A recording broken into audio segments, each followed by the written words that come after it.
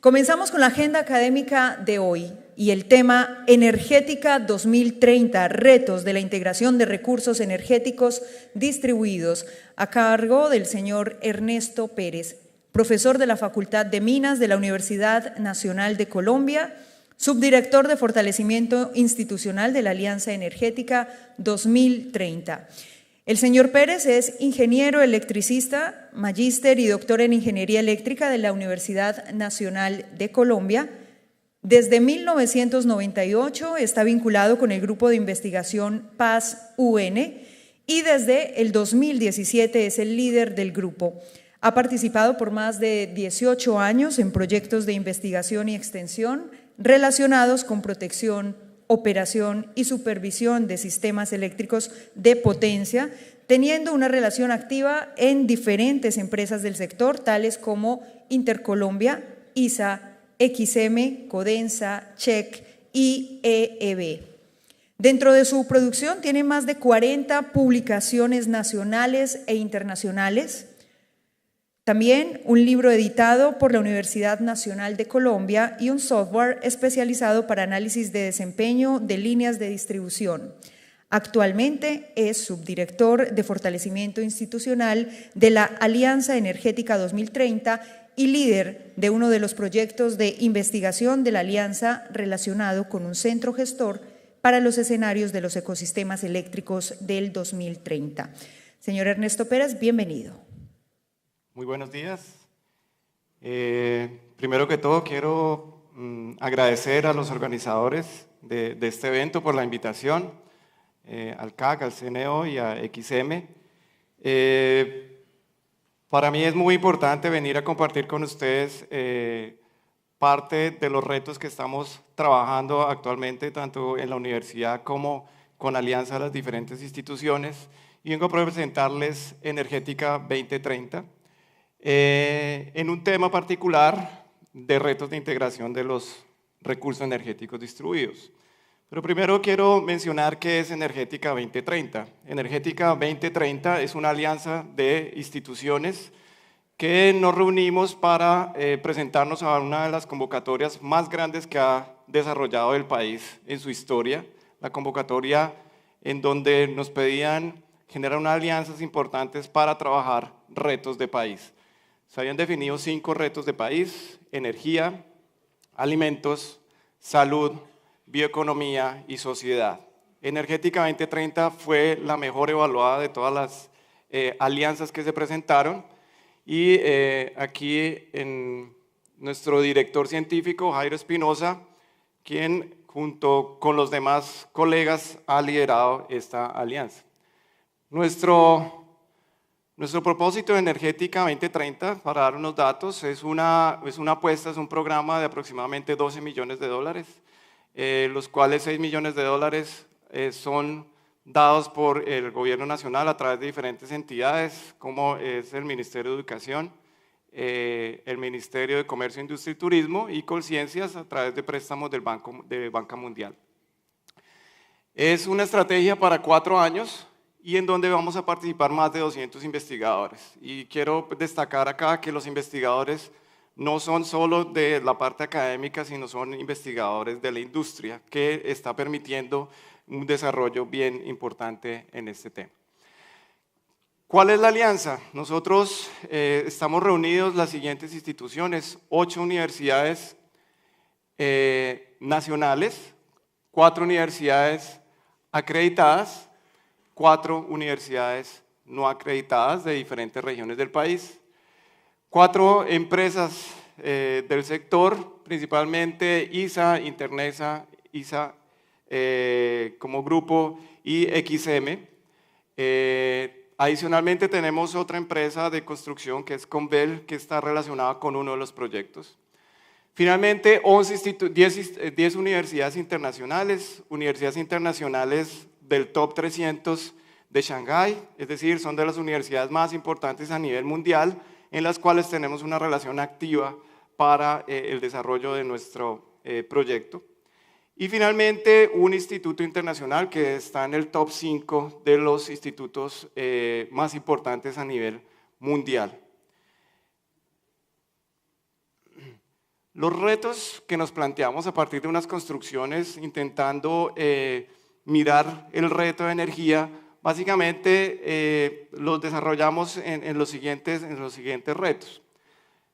Varios enfocados a cómo mejorar el uso de combustibles fósiles, cómo sustituir ese uso de combustibles fósiles, finalmente cómo aumentar la eficiencia y viabilidad financiera de las energías, de las digamos, fuentes no convencionales nuevas que puedan entrar, incluyendo aspectos como la biomasa, en donde tenemos potencial, pero tenemos que hacerlo viable económicamente.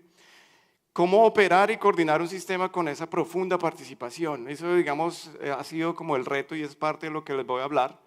Las características que debe tener el mercado y finalmente algo muy importante, cómo esto va a interactuar con la sociedad, cómo puede llegar a la sociedad este tema. Entonces, dentro de esta estrategia de Energética 2030 nos planteamos 11 proyectos. Aquí les voy a presentar 10 y hay uno relacionado que es el 11, que se los voy a mencionar. Pero los tres primeros proyectos están enfocados hacia la parte de la demanda. Primero estudiar un poco la demanda activa, esas posibilidades de demanda activa que va a haber, de la respuesta activa a la demanda, de la construcción energéticamente sostenible, cómo vamos a hacer edificios energéticamente sostenibles, cómo los vamos a implementar, movilidad sostenible, y este está enfocado al nuevo uso de vehículos eléctricos, pero aquí no solo estamos hablando de automóviles, sino también de motocicletas y vehículos fluviales, y está concentrado hacia la región de La Mojana en Sucre, que hace parte de nuestras instituciones aliadas. Poligeneración de biomasa. Muchas veces hablamos de generación de biomasa, pero para poder hacer esto viable financieramente tenemos que hablar de poligeneración. Muchos de los subproductos que podemos trabajar de la biomasa después de hacer generación pueden ser mucho más rentables que la misma producción de energía eléctrica y eso va a ser rentable y ahí se está trabajando en procesos de combustión. Generación solar y eólica, proyectos para llevar prototipos de generación solar y eólica. Gran parte de esto se probará con la Universidad de La Guajira, otra de nuestras entidades aliadas. Finalmente, otros proyectos, el 7 y el 6, pensaba un poco hacia la política y hacia los escenarios que vamos a tener hacia el 2030 para tener una preparación adecuada de esto. Otros dos proyectos enfocados hacia la parte de supervisión, control y proyectos pilotos que los hemos llamado Living Labs, en donde tendremos microredes en diferentes partes del país e instituciones en donde podemos probar diferentes características de lo que van a hacer estas microredes. Y finalmente el proyecto 10, cómo podremos hacer esa apropiación tecnológica. Es un proyecto social, es un proyecto no tan ingeniero, no de ingeniería, sino más social. Tenemos antropólogos que están trabajando ahí, que nos va a permitir ver cómo muchas de estas tecnologías realmente van a permear en la sociedad y ver su aplicación. Y finalmente el proyecto que les mencionaba, que es el 11, es fortalecimiento institucional. ¿Qué significa fortalecimiento institucional? Queremos que todas las instituciones que estamos aliadas acá crezcamos institucionalmente, nos fortalezcamos tanto en la parte académica. Esas universidades que no son acreditadas van a pasar a ser acreditadas y vamos a procurar jalonarlas para que sean acreditadas, mejorando la calidad de su educación superior. Segundo, vamos a mejorar la interacción que tenemos con la industria y en donde generemos una relación activa con ellos en la formación, en la internacionalización y en la generación de nuevo conocimiento que sea viable para poder generar nuevas empresas, nuevos productos y por ende una mayor competitividad y productividad. Actualmente yo lidero el proyecto de supervisión, control y protecciones y es parte del tema que vengo a hablarles. En ese tema voy a plantearlo de la siguiente manera. Primero vamos a hablar de dos características importantes. La primera tiene que ver con la generación, las tendencias de generación que muchos las conocemos y realmente quiero presentar algunos datos interesantes. Las tendencias en demanda, en donde estamos viendo esa transición energética, y esas dos son las que nos marcan principalmente la operación de los sistemas eléctricos. Este proyecto que estamos trabajando de supervisión, pues está relacionado con esa operación de todo el sistema eléctrico y cómo vamos a poder tener esa operación, a esos retos que nos enfrentamos, y algunos de ellos van a estar enfocados hacia las microredes y cómo operar esas pequeñas microredes. Entonces, las tendencias de generación, pues es evidente que estamos cambiando nuestra matriz energética. Estamos pasando de tener grandes plantas de generación, grandes generadores. Tenemos una concentración principalmente aquí en Colombia en generación hidráulica y térmica, y a nivel mundial principalmente era térmica.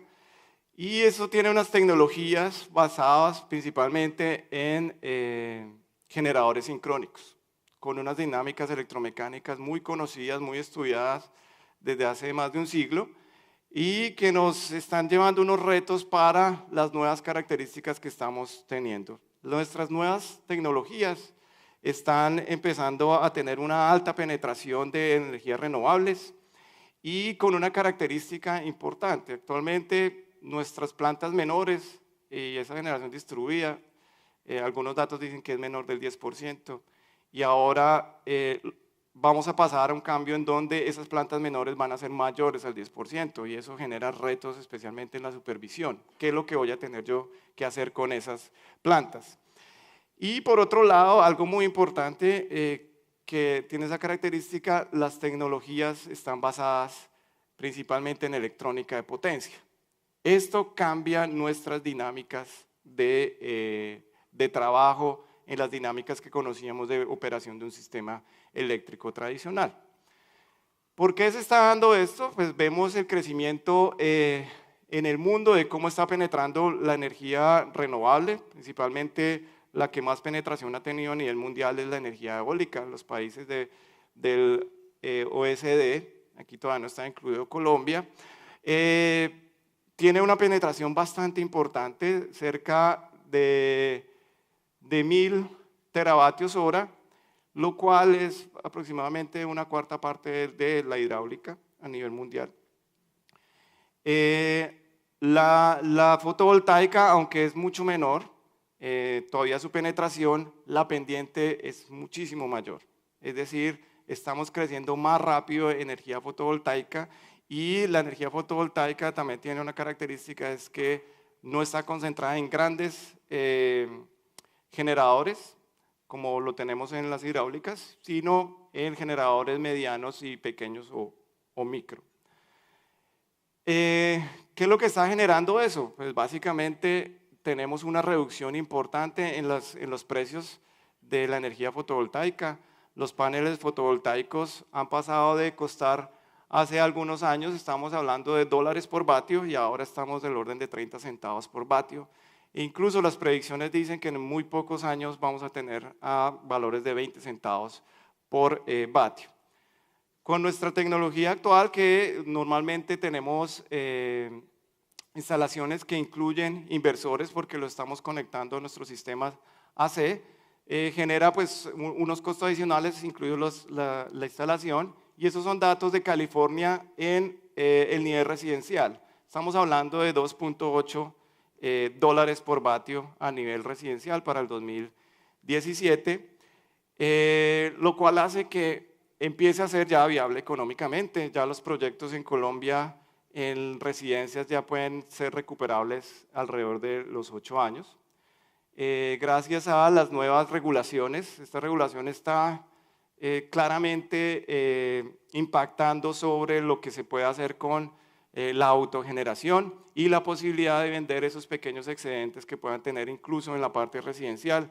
Y es claro, y seguramente ustedes ya habrán oído, o alguno de ustedes habrá pensado, vale la pena colocar en mi casa paneles solares. Esta es una instalación ya en Colombia intentando utilizar esta nueva resolución, lo que hace que empiece a cambiar bastante nuestro sistema. Y para un contexto internacional, por ejemplo, California, principalmente pensando en cambiar a sus sistemas renovables, este año ha decidido obligar a que todas las casas nuevas tengan paneles solares, generando, digamos, una iniciativa que haya mayor penetración de estos paneles solares. Con respecto a la demanda, nosotros estamos atravesando una transición energética, como lo han mencionado. Nuestro sector industrial está cambiando muchas de las tecnologías o el energético que se está utilizando, especialmente de combustibles fósiles, pasando a la energía solar. Estamos teniendo respuesta de la demanda, eficiencia energética y tal vez esa transición energética en donde más cambio está teniendo es en el sector transporte. El sector transporte coloca un reto adicional, es que nuestra demanda ya no será fija, no será localizada, sino es una demanda que se mueve, que hoy está en un lugar y en unas horas o en periodos de tiempo puede estar en otro lugar y nos hace que nuestras dinámicas de proyección deban cambiar. Y esa penetración, cuando uno empieza a revisar los diferentes estudios que se dan a nivel mundial, es difícil ver las predicciones que tiene. Y las predicciones están incluso difíciles de ver al muy corto plazo de cómo está penetrando esto, porque está haciendo de una manera muy rápida. Ya tenemos muchos de estos vehículos comerciales, los podemos ver incluso aquí en Colombia, empezando con el transporte de pasajeros, el transporte de carga, con uno de esos vehículos Tesla, en donde ya básicamente varias de las empresas de transporte de Estados Unidos están empezando a adquirirlo y entrarán en operación en 1 o 2 años. Vehículos de pasajeros y transporte público finalmente, que lo empezamos a ver cada vez más en nuestro sistema. Esto tiene unas predicciones que incluso están relacionadas para cumplir los acuerdos de París, en donde se estima que para el 2030 el 15% de los vehículos sean eléctricos en el mundo. Y esto para poder cumplir con los acuerdos de París. Efectivamente, actualmente tenemos una participación muy pequeña, del orden de menos del 1%, pero en menos de 12 años podemos llegar al 15%, o sea, los crecimientos van a ser bastante acelerados y actualmente los crecimientos que se están dando son incluso superiores a las predicciones que se han planteado. Se está manejando fundamentalmente en China, es el que está manejando el crecimiento más acelerado, llegando a una participación solo el año pasado de más de 1 millón de vehículos y en total en el mundo tenemos aproximadamente 3 millones de vehículos. Si uno empieza a buscar las noticias sobre cómo vienen los vehículos eléctricos, podrá ver fácilmente cómo la Volkswagen, Renault ya están decidiendo armar solo plantas para vehículos eléctricos y aspiran que al menos en 2 años su producción empiece a ser 1 millón de vehículos por año. Eso va a generar unos cambios bastante interesantes y como lo estamos viendo en la charla de ayer, en 7 años en algunos países y en 8 años en América Latina, el costo de un vehículo eléctrico va a ser equiparable al costo de un vehículo de combustión. Y finalmente la decisión va a empezar a tener, digamos, características importantes. Esta penetración nos genera varios retos, especialmente en las tecnologías que se están colocando para carga, en donde hay diferentes niveles de carga, nivel 1, en donde nos conectamos directamente en la parte residencial, el nivel 2, en donde ya tenemos algo un poco más industrial para niveles de carga mayores, y las cargas rápidas, en donde podemos tener cargadores que pueden llegar hasta 250 kilovatios de potencia pico, en lo cual es bastante interesante ver. Para Colombia se espera que para el 2030, digamos, hay unas de las metas, porque realmente las metas son muy variables, pero según el COMPES, la meta es que tengamos 600.000 vehículos para el 2030. Y esto ya genera un impacto importante en nuestras demandas que podríamos tener. Si hiciéramos una cuenta simple de que todos los vehículos se cargaran al mismo tiempo, podríamos ver cuánto sería la potencia máxima que podríamos tener. Si estamos todos en el nivel 1, estaremos cerca del 8% de la potencia del sistema eléctrico colombiano, pero si todos se conectaran a carga rápida estaríamos obviamente a varias veces, a cerca de 10 veces la potencia que tenemos. Claro, algo pues irreal, pero finalmente nos muestra que va a ser una demanda muy, muy importante en nuestro sistema. En Colombia, digamos, a nivel mundial, varios países ya están tomando decisiones o al menos están mencionando que van a prohibir la venta de vehículos eléctricos, que quieren cerrar las los vehículos de combustión, que quieren cerrar las plantas de vehículos de combustión. Tenemos el Reino Unido y Francia, dicen que para el 2040. Alemania todavía no ha planteado una fecha, pero también está en el escenario de ver en qué momento digamos, coloca una restricción. India para el 2030 y Noruega, que tal vez es el país con mayor penetración de vehículos eléctricos, para el 2025 ya piensa prohibir. La mayoría de estos países, ninguno realmente tiene una resolución en donde los prohíba, pero esa es la expectativa que tiene. Finalmente, Colombia también ha empezado a entrar en ese rol de visualizar qué es lo que va a prohibir, y Medellín se plantea, o el alcalde de Medellín promete que para el 2030 tendrá las calles libres de combustibles fósiles. Una promesa bastante ambiciosa, pero está presionada fuertemente por los problemas de contaminación, aunque esto es de Bogotá, pero los problemas de contaminación de Medellín hacen que incluso las personas digan, tenemos que empezar a cambiar, y uno ya empieza a ver esa dinámica del cambio de vehículos eléctricos, de intentar usar bicicletas y unos cambios importantes en Colombia. Colombia, aunque tiene una penetración todavía muy débil de vehículos eléctricos, empieza a tener un crecimiento importante. Actualmente el 0.2% de los vehículos que se venden en Colombia son vehículos eléctricos. Estamos llegando, alrededor de 75 vehículos se vendieron en el mes pasado, vehículos eléctricos, lo cual ya empieza a ser algo interesante a nivel Colombia. Algo interesante es que los vehículos eléctricos que se están vendiendo son los de alta gama. ¿Sí? El vehículo más vendido eléctrico en septiembre fue el BMW, porque aunque es un vehículo de 165 millones de pesos, las personas que están decidiendo eso con su concientización, teniendo esa capacidad, prefieren comprar un carro de lujo, porque los carros, digamos, de gama media están alrededor de los 100, 110 millones de pesos. Esto va a cambiar rápidamente porque los precios van a disminuir sustancialmente. Finalmente, todas estas demandas y generaciones va a hacer que nosotros tengamos una interacción diferente y vamos a empezar a tener autogeneración en muchos de los edificios que nosotros tenemos, en el comercio, en las mismas viviendas, ya lo empezamos a tener. Nuestro aeropuerto internacional El Dorado ya empieza a plantear y colocar paneles solares, y vamos a empezar a tener baterías de gran escala, de gran potencia, para poder manejar digamos, cuestiones de calidad. Incluso empresas industriales ya están empezando a pensar en tener baterías para poder mejorar sus índices de confiabilidad en los sistemas eléctricos. Tendremos pues muchos vehículos, y esos muchos vehículos serán muchas baterías distribuidas que van a ser importantes. Esto genera diferentes interacciones que les hemos llamado prosumidor, es decir, el usuario se empieza a ser activo, y puede ser activo como usuario o como grupo de usuarios a través de una microred o a través de lo que se han denominado agregadores y plantas virtuales.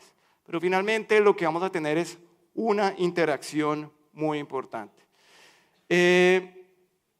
Si nosotros empezamos a tener generación en todas partes, y como lo decían en algunos países, en 5 años o en 10 años ya empezará a ser competitivo el precio de la generación, incluyendo las baterías, muy seguramente en muchos años, en 24 años, ya no vamos a estar pagando por el precio de la energía, sino vamos a estar pagando por tener alguna de estas características.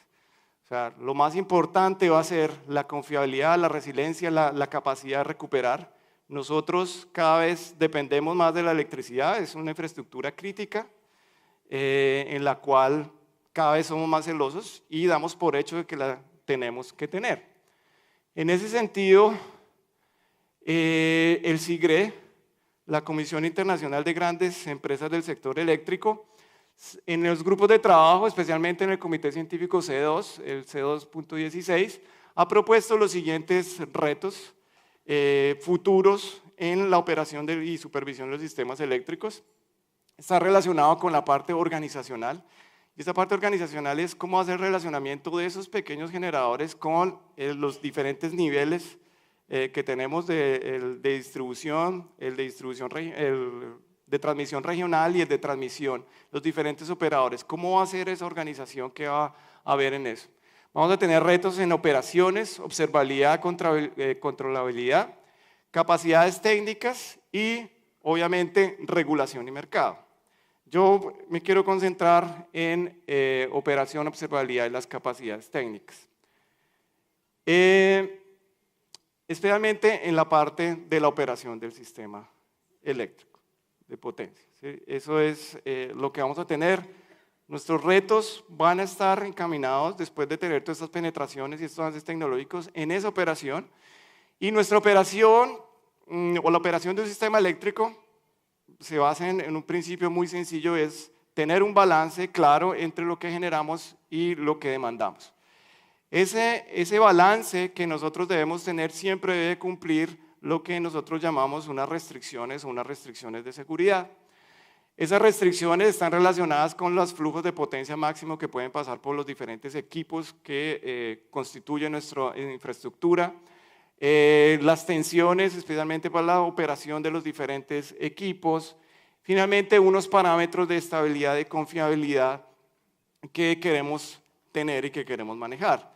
Eso es lo que hacemos actualmente y se hace, especialmente en el caso colombiano, y lo podemos dividir como en diferentes etapas. Pues para poder tener una operación de un sistema eléctrico arranca en diferentes etapas, etapas de largo, mediano, corto plazo y tiempo real, lo que hemos definido, que tienen diferentes pasos de tiempo. El largo plazo estamos mirando meses y años, ¿sí? Y los planteando en la UME a 15 años debemos mirar, y lo que se mira principalmente ahí es planeación estratégica de recursos y la planeación de la expansión. En el mediano plazo ya estamos hablando de meses, semanas y meses. Tenemos que mirar la parte de mantenimiento, los costos de operación, los puntos de los combustibles, la ubicación de combustibles para poder hacer esa operación real. Y finalmente ya en el corto plazo hacemos análisis de seguridad y despacho económico, el cual se une finalmente con el tiempo real, generando digamos, el despacho del día anterior y el tiempo real, hacer monitoreo del sistema, análisis de contingencia y redespacho. Actualmente nuestro despacho del sistema colombiano es de minutos, es un despacho, la operación de tiempo real está relacionada en minutos, es una operación que todavía tiene muchos procesos manuales de comunicación manual, pero todavía es suficiente para nuestros retos. Lo que hacemos en la operación, especialmente para hacer el despacho del día anterior, tenemos dos características. Primero, conocer cuánto va a ser la demanda del próximo día, estimar esa demanda, tener definido unos recursos de generación que vamos a tener, y esos recursos de generación pues tendrán unos costos.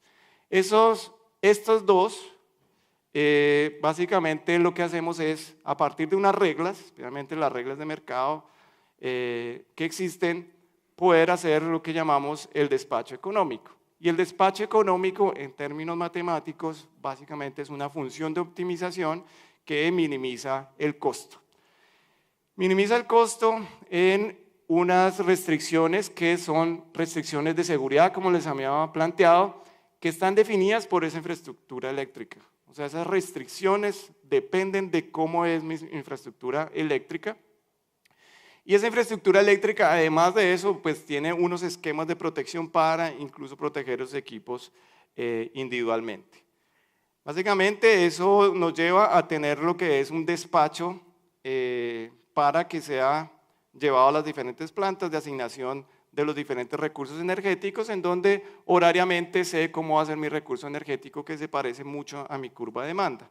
Finalmente, en el tiempo real, lo que se hace es seguir una supervisión más detallada de ese despacho económico, en donde teníamos acá el promedio de la demanda que va a ser, y aquí se hace un seguimiento adecuado a la demanda. Algunos de los controles son automáticos, los controles primarios y secundarios, especialmente el AGC, que es un servicio auxiliar que también está metido dentro del, digamos, de la oferta del mercado, y en la sala de control están vigilando la frecuencia y la tensión del sistema, que esté dentro de los parámetros establecidos, y esa operación se da en minutos, entre 1 y 30 minutos tenemos esas operaciones. Lo que está sucediendo es que esos pronósticos tradicionalmente se hacen a partir de estudios estadísticos, y actualmente este pronóstico se puede caracterizar por días. O sea, la demanda de hoy jueves se parece mucho a la demanda del jueves anterior, y a partir, pues, digamos, de algunos modelos de análisis estadístico se puede hacer esa predicción. Sin embargo, cada vez hay unos retos más importantes porque hay variaciones especialmente con la temperatura. La temperatura hace que esas predicciones de demanda empiecen a cambiar, comportamientos sociales y agregados, y actualmente la autogeneración. Para dar, pues, algunos de los ejemplos que tenemos, en el 2014 se hizo un pronóstico de la demanda de un día, y la operación real presentó la siguiente característica. La demanda real es la roja y el pronóstico es este negro. Finalmente tuvimos un bajonazo. Creo que muchos de ustedes, no sé si todos saben qué día fue ese, pero afortunadamente no nos enteramos muchos de lo que sucedió gracias a la estrategia de los operadores, ¿sí?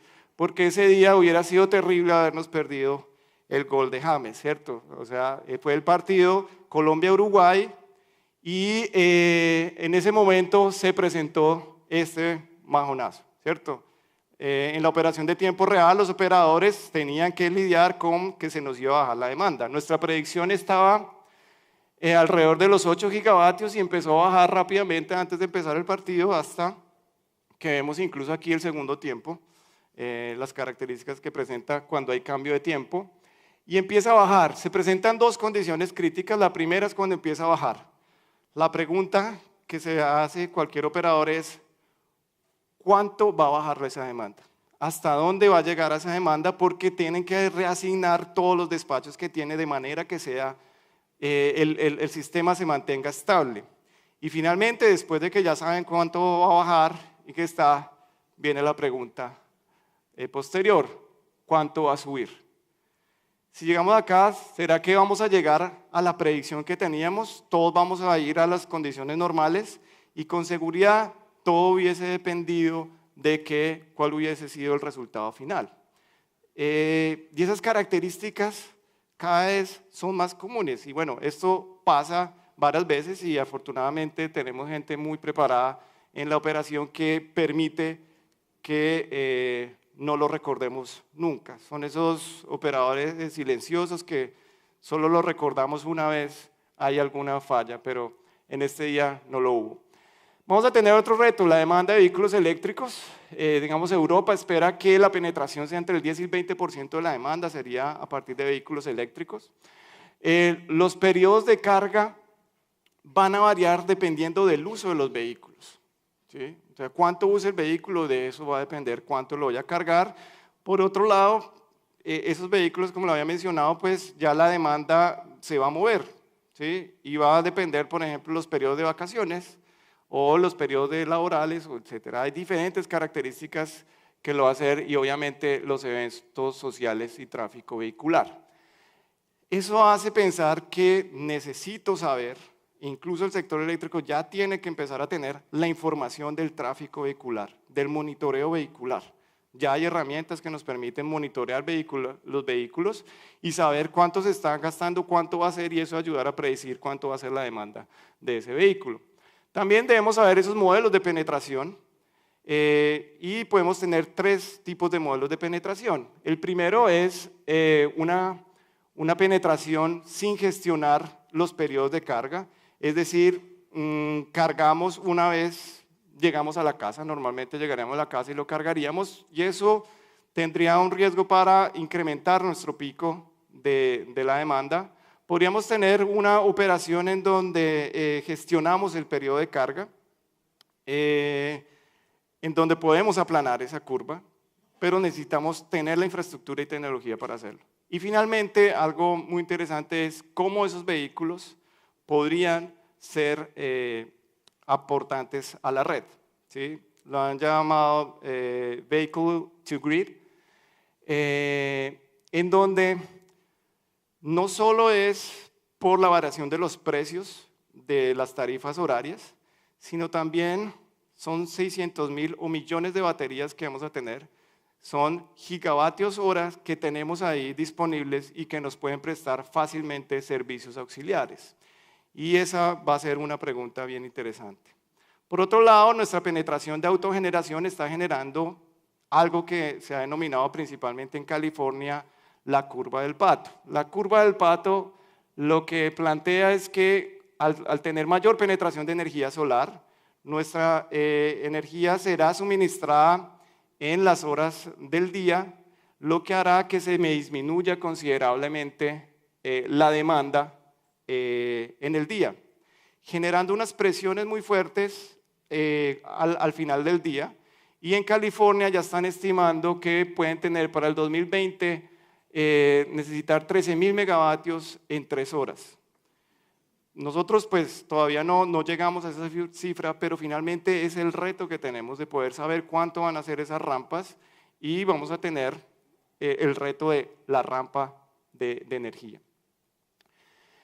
Finalmente, los mecanismos de respuesta a la demanda, ¿sí? Los diferentes mecanismos de respuesta a la demanda tienen diferentes dinámicas, algunos son contractuales que van en periodos de meses, pero los más importantes van a ser los que están en menos de los 15 minutos. Esa respuesta a la demanda plantearé algunas inquietudes de la posibilidad que yo tenga sobre ese control de la carga, ¿sí?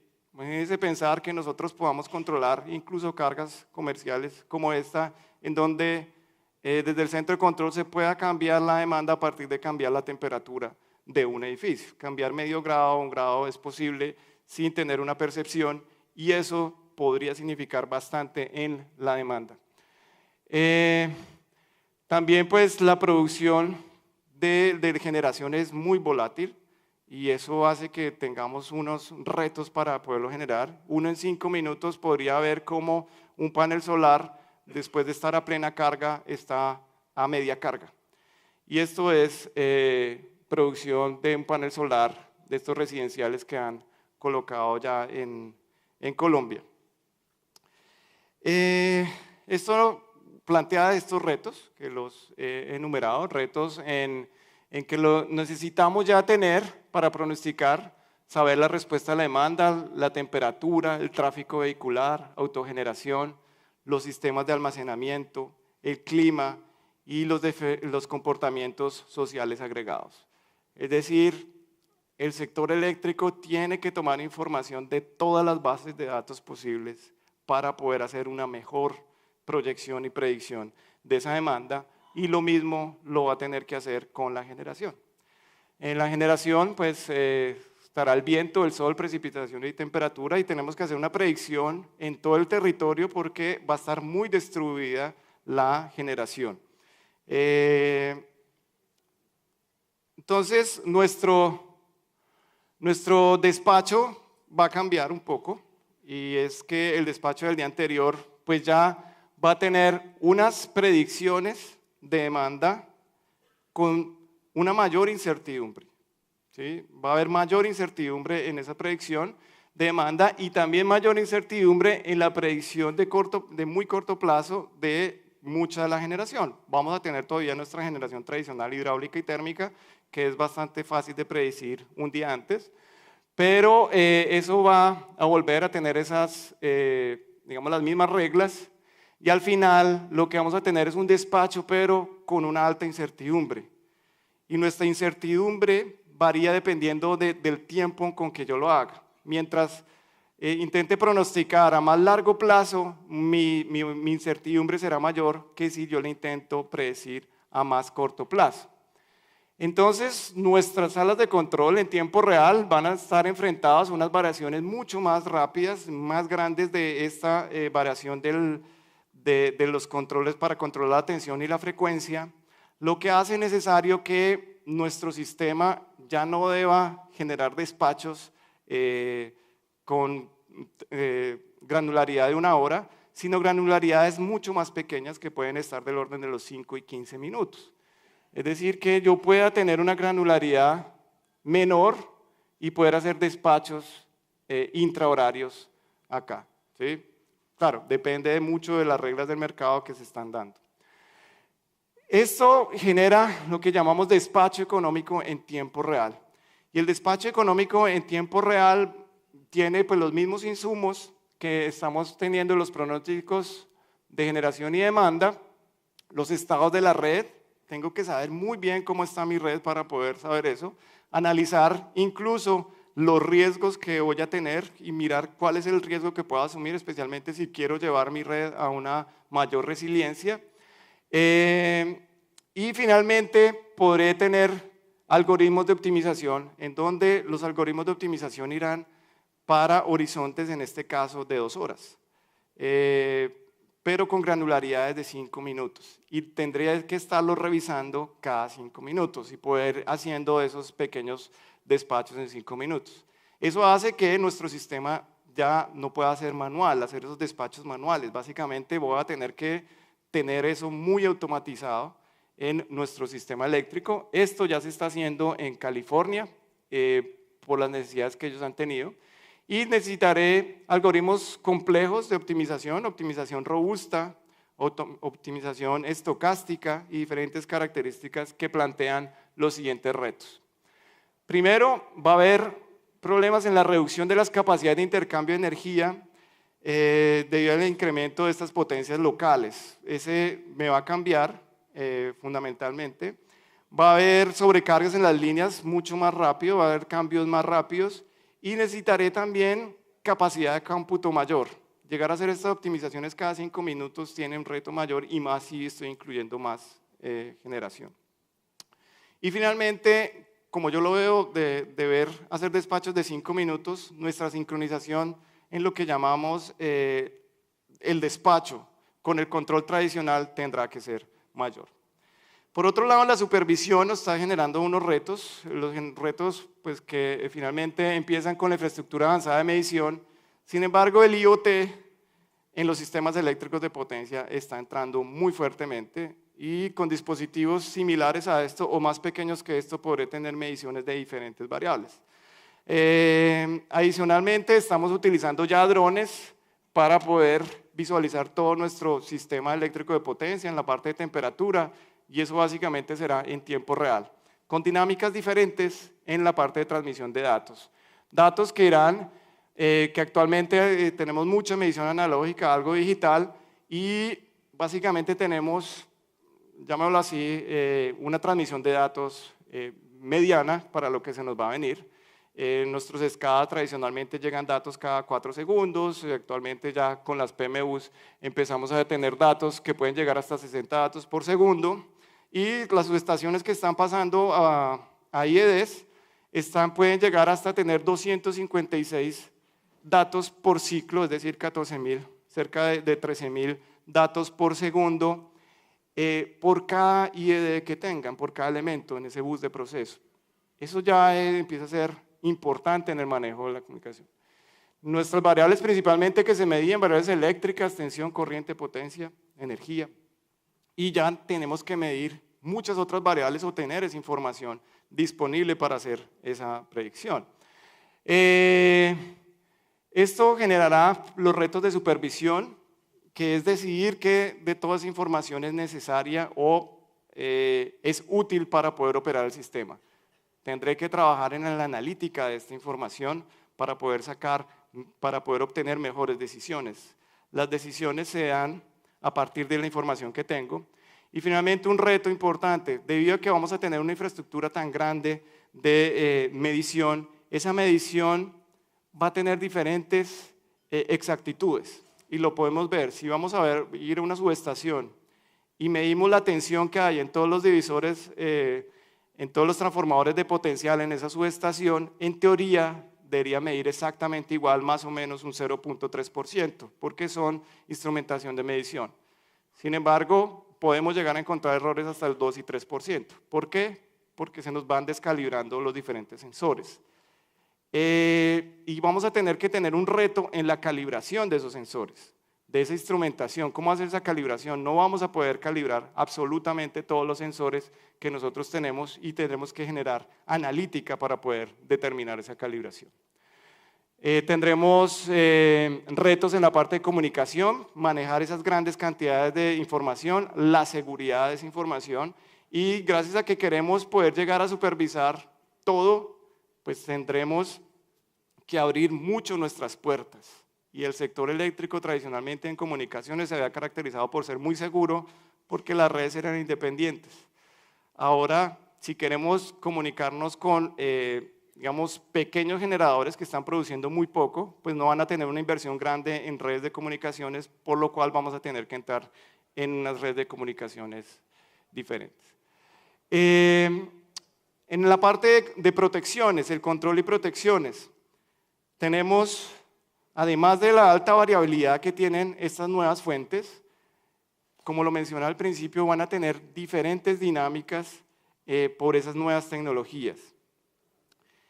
Por otro lado, mucha de esta nueva infraestructura está entrando en sistemas o en nodos que llamamos débiles, en donde nuestra infraestructura eléctrica no era tan fuerte, pero mucho está entrando por la parte más débil, lo que hace que tengamos retos importantes en cambio del control y las protecciones.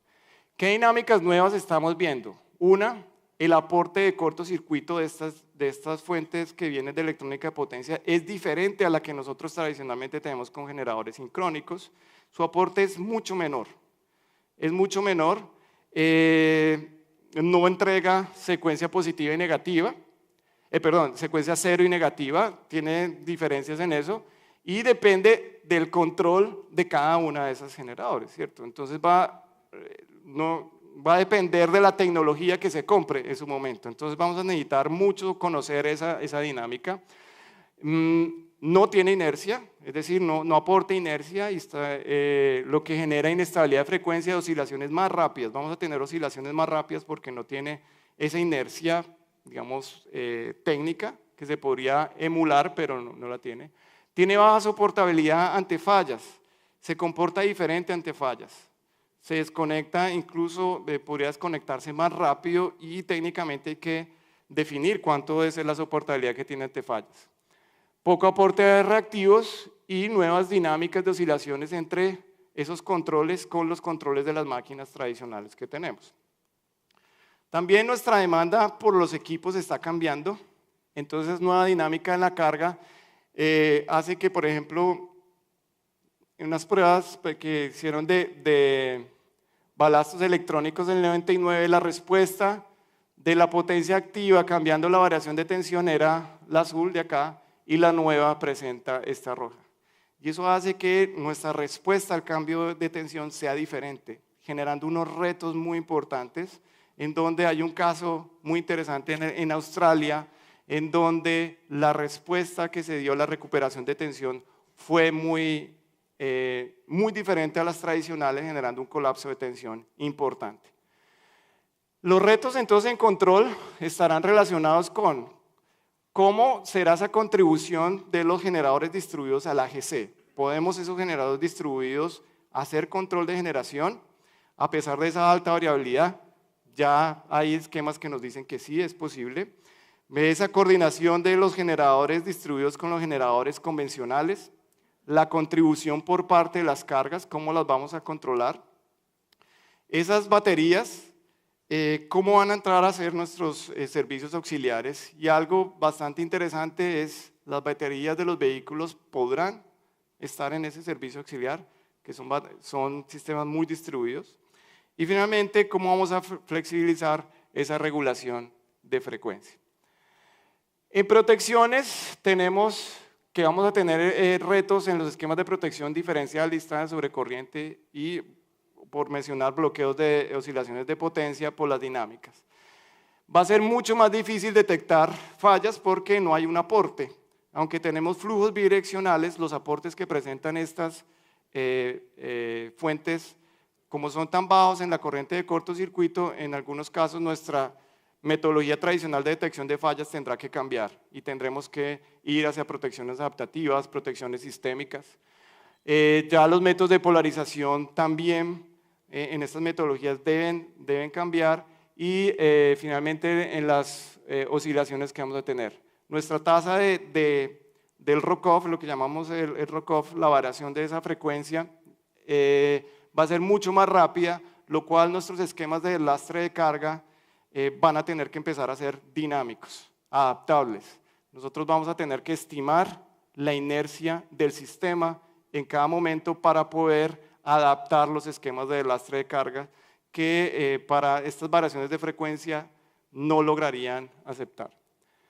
Finalmente, en Energética 2030, el proyecto que estamos trabajando, principalmente con EXEM, la Pontificia Bolivariana, está relacionado con trabajar predicción y generación. Vamos a desarrollar algoritmos para predecir tanto la demanda como la generación en la granularidad que necesitamos para el despacho en tiempo real, que estamos enfocando hacia 5 minutos, con métodos de optimización nuevos, estocásticos y generar productos en ese momento, para hacer supervisión y control de variables de tensión y frecuencia y nuevos esquemas de protección, esquemas sistémicos que estamos planteando. En todos ellos generaremos prototipos que tendrán que comunicarse con la realidad. Esa realidad necesita y tenemos un objetivo que está analizando la arquitectura y los protocolos de comunicaciones que necesitamos para poder implementar esta tecnología. Y esa tecnología se comunicará con los diferentes laboratorios que estamos implementando, las microredes que hemos desarrollado, y tenemos un laboratorio de ecosimulación. ¿Qué es un laboratorio de ecosimulación? Poder representar, simular en tiempo real las diferentes dinámicas que se están produciendo en el sistema. Dinámicas muy rápidas para probar protecciones, estamos hablando del delta de tiempo de 20 microsegundos para poder protecciones, hasta dinámicas lentas, que son las acciones de mercado, y se llama cosimulación porque manejamos diferentes dinámicas. Todo en lazo cerrado para poder representar y ver estos diferentes elementos que estamos trayendo aquí, cómo van a interactuar. Y de esa manera tener con mayor certeza qué es lo que va a pasar en el sistema eléctrico y tener confianza para poderlo implementar. Si no utilizamos sistemas de tiempo real para poder hacer esta implementación, seguramente tendremos mucha desconfianza en implementar. Ya para terminar, quiero dejarles este mensaje. Esta alianza ha sido importante por ese trabajo colaborativo entre la universidad, la empresa y el Estado. Ha sido muy importante generando retos de país, retos que estamos logrando afrontar, pero creo que cada vez debe ser más importante y tener muchos más personas investigando, realmente formándose para esto.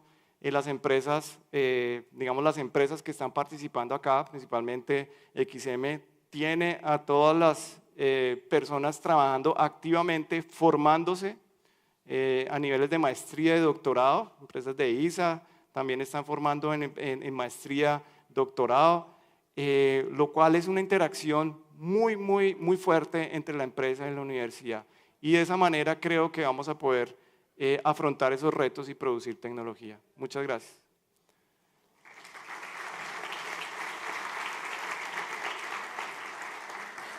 Si tienen preguntas. o comentarios, pueden hacerlo.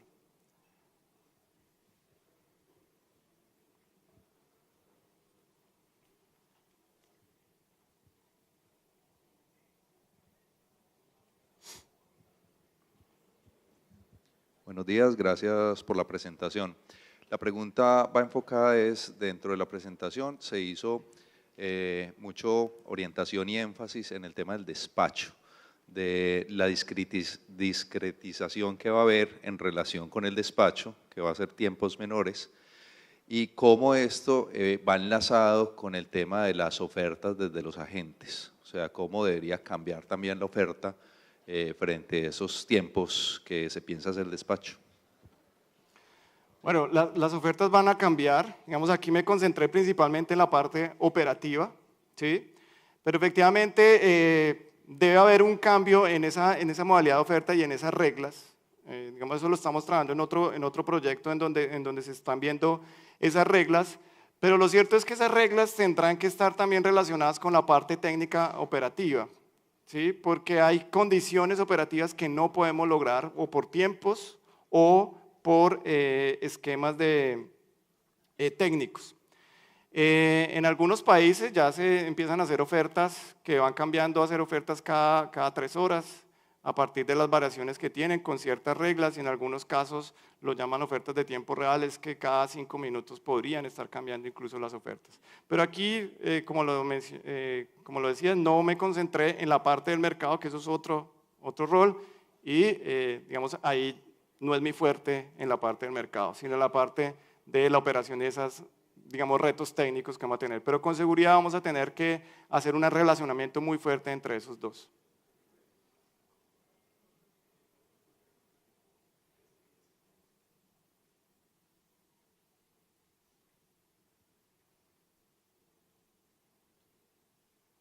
Muchas gracias. El tema estuvimos mirando el tema de restricciones eléctricas en el sistema eléctrico colombiano. Hemos visto que eso ha crecido exageradamente y casi que de manera exponencial. O sea, tenemos 4 años de estar pagando el costo de las restricciones exagerado, y eso lo está pagando la demanda. El año pasado pagamos casi 1.5 billones de pesos en restricciones eléctricas. O sea, con ese tipo de baterías, por ejemplo, en alta tensión, ¿cómo se podría lograr reducir el costo de ese tipo de restricciones? Bueno, efectivamente las restricciones van a depender mucho de nuestra infraestructura técnica, ¿cierto? Y la mayoría de nuestro flujo de potencia no lo controlamos sino solo variando los generadores. Cuando empezamos a tener esquemas con baterías o incluso otras tecnologías para hacer flujos activos en los flujos de potencia, podríamos variar rápidamente esas restricciones. Y la otra característica es que montar un sistema de baterías es mucho más rápido que montar seguramente una línea, especialmente por los problemas, los procesos ambientales. Efectivamente, eso es parte de lo que tenemos que mirar en cómo llevar eso y generar que tengamos los costos mínimos. O sea, digamos, esas reglas de optimización que nosotros estamos mirando es ver cómo hacemos para que eso sea lo más barato posible. Pero efectivamente nuestra infraestructura es la que nos coloca esas restricciones. Y si podemos cambiar rápidamente esa infraestructura con tecnología como generación distribuida, como baterías, con seguridad esas restricciones podrán rápidamente disminuir.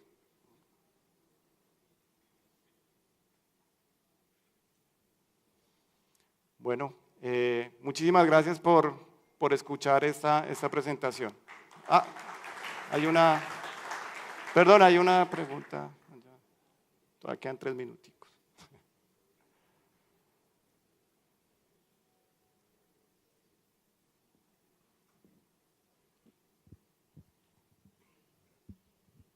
Buenos días, profesor.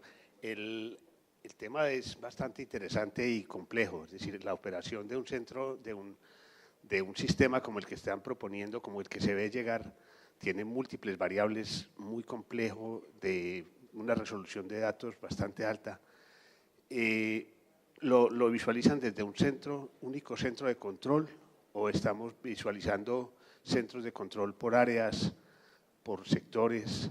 es decir, unos puntos de contingencia, porque ante una falla en la comunicación y todo dependiendo de un centro de control, me parece que es bastante delicado el riesgo. Sí, muy buena pregunta. De hecho, digamos, esto es un proyecto de investigación y parte, digamos, estructuralmente como está haciendo, tendremos para este proyecto 2 centros de control, uno instalado en la Universidad Nacional en la sede de Medellín, donde hay una infraestructura, y otro en el laboratorio que está montando, o que tiene ya Exen para las simulaciones de tiempo real, para evaluar estas dinámicas. Efectivamente, tendremos que hacer simulaciones y eventos de comunicaciones para ver cuál sería la respuesta. Eventualmente, parte de la propuesta, porque al final esto no será operativo realmente para el centro nacional, sino serán los prototipos, pero la propuesta puede llegar a todo lo que tenemos de control distribuido, y ya se han hecho algunos pilotos para empezar a hacer estimadores de estado distribuidos, incluso en cada subestación, y en cada subestación podríamos tener, digamos, información para poder tomar decisiones localmente. Y eso es, digamos, lo más importante. Seguramente vamos a llegar allá porque son grandes cantidades de información que no vamos a transferir a un único centro. Bueno, muchas gracias. Muchísimas gracias, señor Ernesto Pérez.